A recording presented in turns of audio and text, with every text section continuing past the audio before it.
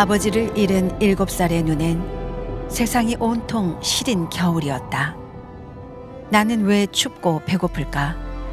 늘 궁금했던 아이는 아버지의 부재로 인한 결핍을 주님을 앙망하는 마음으로 채웠고, 초등학교 시절 어머니를 따라 멋모르고 갔던 교회에서 처음 목사가 되겠다고 서원했다. 춥고 배고픈 인생이지만 겨울에라도 꽃을 피워야겠다고 결심했고, 그렇게 지어진 호가 동화였다. 저는 어릴 때에 가난한 가정에서 자랐습니다. 동리 사람들은 너희 엄마 고생하는 것 안쓰럽다, 공무원 시험을 치려무나 그랬습니다. 저는 나라를 지키는 장군이 되고 싶었습니다. 그러다가 하나님께서 기회를 주시면은 정치가가 되겠다, 그런 생각을 가지면서 하나님께 기도를 했습니다. 근데 하나님께서 어느 날 내가 가는 길을 꽉 막으시는 것입니다. 육군 사관학교에 입학을 하기를 원했지만은 혈압이 갑자기 잘못되는 바람에 제가 뒤로 돌아가 고향으로 돌아왔습니다. 그러면서 절망좌절, 참 집에 돌아올 자신도 없었고 죽고 싶은 마음밖에 없었습니다. 그러다가 예관방에서 어린 시절에 엄마 치맛자락 잡고 교회 갔다가 목사 될 사람 일어나라고 그럴 때 철없는 아이가 벌떡 일어났습니다. 그때 생각이 난 겁니다. 아하, 내가 목사가 되기로 하나님 앞에 약속한 사람이지. 그래서 집에 와서 일반 대학 가는 것을 포기하고 신학교에 가겠다고 엄마한테 얘기를 했습니다. 청소년기에 접어들며 정치가를 꿈꾸기도 했지만 주님의 강권적인 이끄심에 따라 택한 목회자의 길. 네, 80년대 제가 이제 초등학교 4학년 정도였거든요. 저희 아버지가 부장님이었어요. 주일학교 전체 부장님이시고, 이 목사님 거기 전도사로. 그리고 사모님은 굉장히 예쁘고 날씬하시고 담비 아이를 항상 안고 이렇게 다니셨고, 그러니까 유영모 전도사님 오시고 나서부터 굉장히 많이 부흥을 했어요. 그 지금 원로 목사님이신 그 한 목사님 말에 의하면 그 전에도 없었고 그 후에도 없었다라고 하실 정도로 주일학교가 굉장히 많이 부흥을 했어요. 유 목사님이 설교를 하시면 아이들이 굉장히 조용히 했어요. 제일 생각 많이 나는 거는 이제 은하철도 99라는 만화가 있었는데, 이제 그것 때문에 아이들이 안 오니까 테레비를 거기다 갖다 놓으셨어요. 그래서 그 시간에 그걸 다 같이 보고 이제 예배 드리자 처음으로 그 수련회 같은 거를 이제 버스를 다 빌려가지고 학교 전체를 빌려서 그 안에서 이제 아이들 다 수련회를 했어요. 이제 군복을 입고 나오셔가지고 이제 취침이나 뭐 그런 것도 하고, 물론 설교도 하시지만 아주 뜨겁게 기도했던 게 기억납니다. 내가 어렸을 때 이렇게까지 기도를 해도 되나 할 정도로 그냥 막 어른들 기도하듯이 막 통성기도 하고 그랬던 게 기억나요. 굉장히 뜨겁게. 네. 절대적 믿음의 용기와 열정이 더해졌던 전도사 시절을 거쳐 30대 후반에 망원 제1교회의 담임 목사가 되었지만, 한국의 소망이 되고 싶었던 가슴 속 뜨거운 불덩어리는 그를 개척의 길로 이끌었다. 주님의 심장 속에 있는 바로 그 교회를 만들겠다는 비전, 주님이 원하시는 교회의 본 모습을 찾아가는 긴 여행의 시작이었다. 비가 샌 예배당에 물을 퍼내면서 울기도 몇 차례. 하지만 좌절은 그의 몫이 아니었다. 가보니까 정말 지하로 내려가는데, 들어가서 딱 보는 순간에 아, 여기구나 그 생각이 들으면서 그 목사님, 그 작은 교회의 자그마한 분이 정말 큰 그 나무 구루터기 같은, 우리끼리 얘기할 땐 찔러도 피 한 방울 안 날 정도로 그렇게 정말 그 비전이나 뭐 여기에, 그리고 목사님이 우스갯소리 삼아 하나님 나라를 세우기 위해서 가는 그 길이 너무 분주할 정도로 열정이 있으니까, 나 지금 같으면 사모가 나를 이렇게 잡으면 그것도 뿌리치고 가야 돼. 그렇게 말씀하셨었어요. 불의 사자, 열정, 또 그리고 이렇게 바른 말씀, 복음, 이게 복음의 핵심이고 흔들림 없는 그런 어떤 하나님 사랑하는 그 열정 하나에 대한 그 부분이 가장 클 것 같아요. 이렇게 세상과 타협하지 않는 오직 하나님 나라의 그 비전. 모든 성도가 소그룹에 참여하며 부흥을 이끄는 교회. 두 날개로 나는 교회를 향한 꿈. 그 꿈을 위해 한소망교회를 셀교회로 전환하여 새로운 바람을 일으켰고, 영혼 구원을 위한 양육 프로그램인 비전의 사다리도 완성했다. 사람들이 와 대단한 일을 했단 막 이러는데 사실 제가 한 건 없는 것 같아요. 그래 지내고 보면 목사님이 비전 주셨고 제가 이제 순종했고, 목사님이 우리가 지텔부를 하니까 딱 하시는 말씀이 속부에 둘로 나눠. 이게 저한테는 충격이었어요. 사실 있을 수도 없는 일이 저한테 있는 거죠. 목사님 그럼 어떻게 해요? 이러면은 할 거야, 하나님이 하실 거야. 요 말씀이 저한테는 굉장히 좋았던 것 같아요.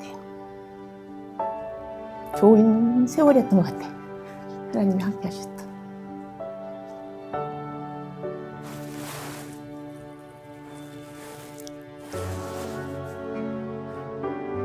사람을 세우는 일이 가장 소중하다 생각했기에 늘 후배 목회자들을 위한 행보에 최선을 다했다. 설교할 기회가 주어지게 되면 목사님이 늘 이제 설교 마치고 나면 그 종례할 때 평가를 해주셨어요. 이런 부분은 이래서 좋았고 이런 부분은 조금 개선이 필요하겠다. 사실은 신학교에서 배우기 어려운 부분들도 꽤 많이 있었죠. 제가 이제 몇 번 목사님 그 설교 원고를 보면서 놀랬던 게 뭐냐면, 이미 뭐 수십 년 설교하신 베테랑이신데도 불구하고 설교 원고를 보게 되면 수기로 작성을 하시고 거기에 색연필로도 칠하시고 형광펜으로도 칠하시고, 심지어는 거기에다가 중요하다고 생각되는 부분은 동그라미를 막 쳐놓으시고, 여기에서는 내가 제스처를 뭐 이렇게 하겠다 뭐 이런 것도 있었던 것 같고, 뭐 여기에서는 내가 좀 뭐 더 많이 웃어야 된다, 또 어떤 데는 또 뭐 내가 이제 조금 더 감정을 담아야 된다, 이런 표현들을 세세하게 해놓으셨던 그 모습을 제가 봤어요. 그러니까 그게 절도 쉬운 게 아닌데 그렇게 연습하시는 걸 보고 지금 사회 갈 때도 배운 대로 하는 부분들이 많이 있죠. 네. 알게 모르게 거쳐간 분들에게는 다들 많은 배움이 되었으리라 생각합니다. 한국 교회의 큰 위기였던 코로나 시기를 지나며 본질로 돌아가자는 화두를 꺼내든 그는 2021년 대한예수교 장로회 106회 총회장에 추대된다. 왕관보다 단도대가 있는 험지를 찾아다니며 비판을 받더라도 옳은 길만을 걷겠다는 신념으로 총회를 이끌었고, 많은 이들에게 감격과 귀감이 되었다.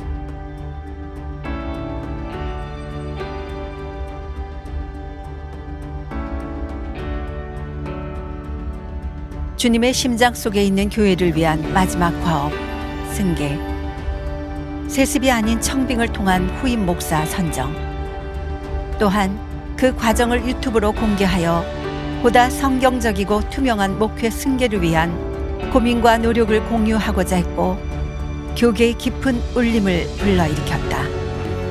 최봉규 목사님을 위임 목사로 세우는 예식을 거행하도록 하겠습니다. 지난 33년을 이끌어왔던 비전, 사명이 담긴 비전 선언문을 전달합니다. 한소망교회 비전 선언문. 한소망교회를 주님의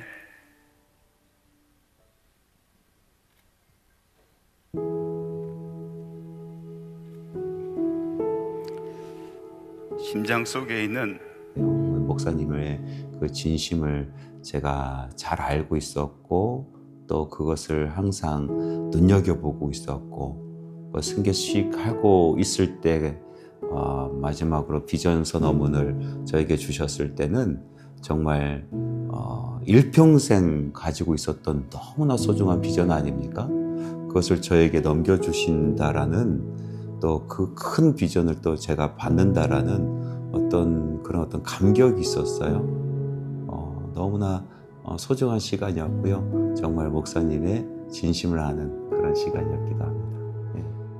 목사님을 어떻게 넘어설 수 있는 그런 사람은 제가 되지 못하니까 그 목사님이 해오신 그 족적을 제가 잘 따라가는 것만으로도 저에게는 아주 큰 인생에 있어서 큰 성과이자 또 숙제 그렇게 생각이 좀 듭니다. 예. 떠나는 마음과 보내는 마음을 어찌 다 표현할 수 있을까? 함께한 오랜 시간, 마음속 깊이 간직해온 말들을 어찌 다 건네볼 수 있을까? 그렇기에 그저 이 끝에 맴도는 짧은 인사를 전해본다. 목사님은 제 인생의 큰바위 얼굴이었습니다. 목사님 사랑합니다. 좀 자주 설교 좀 해주세요. 제가 어리광까지 부립니다. 이렇게 그냥 좀 더 자주 해주세요. 이렇게. 목사님 저한테 찾아와 주셨을 때 제가 목사님을 허가하면서 예수님 섬기듯이 섬기겠습니다 라는 그 고백을 했었는데 지금까지 흔들림 없이 잘 살아왔고 신앙의 가장 마지막 목사님 은퇴하시는 그 자리까지 저 함께 할 수 있었던 거 너무 감사하고 너무너무 감사했습니다. 목사님 사랑합니다.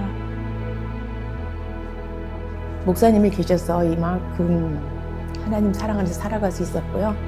제일 먼저 건강을 챙기시고 이 나라 이 민족의 어느 장소에서 계속 저희들 뇌리에 남아 계셨으면 하는 것이 저희의 바람입니다. 목사님이 물된 동산이었고 우리 가정에 정말 물된 동산이었어요. 목사님 감사합니다. 사랑합니다. 함께 섬길 수 있어서 정말 행복했습니다. 하나님 허락하시면 천국에서도 꼭 함께 하고 싶습니다. 감사합니다. 정말 감사했습니다. 사랑하는 목사님 봉규입니다. 목사님 전도사님 시절 때 가르쳤던 꼬마 아이입니다. 목사님과 함께 지내고 앞으로 함께 지낼 것을 생각하니까 너무나 기대가 큽니다. 목사님 사랑합니다. 그리고 존경합니다. 지금껏 베풀어 주셨던 은혜들, 또 한국 교회를 위해서 앞으로 또 하셔야 되는 일들이 많이 있으실 텐데 더 귀히 쓰임 받으시는 목사님 되실 수 있도록 기도하겠습니다. 어느덧 제가 신학교 온 지도 10년이 되었습니다. 돌이켜 생각해 보면 목사님께서 관심을 가져주시고 애써주신 덕분에 제가 지금 이 자리에 잘 서 있는 것 같습니다. 한 영혼을 얼마나 뜨겁게 또 깊이 있게 넓게 끝까지 사랑하는지를 목사님을 통해서 배우고 알게 되었습니다. 서로가 서로의 버팀목이 되고 자랑이 되어 함께했던 시간. 켜켜이 쌓인 그 기억들과 추억을 뒤로하고 이제는 더 넓은 세상을 향해 그를 파송할 시간. 먼저 남긴 발걸음이 뒤따라오는 이들의 이종표가 된다는 것을 누구보다 더 잘 알고 있기에 한 걸음 한 걸음 방향과 보폭에 담긴 무게는 오히려 커져만 간다. 목사님이 우리 목사님이라서 너무 행복해요. 목사님 사랑합니다. 목사님 사랑합니다. 감사합니다. 감사합니다. 목사님 사랑합니다. 사랑합니다. 목사님 감사합니다. 감사합니다. 목사님 감사합니다. 사랑합니다. 목사님 감사합니다.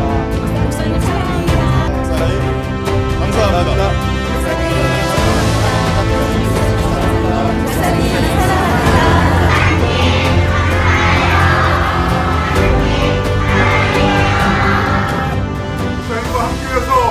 행복했습니다. 목사님 사랑합니다.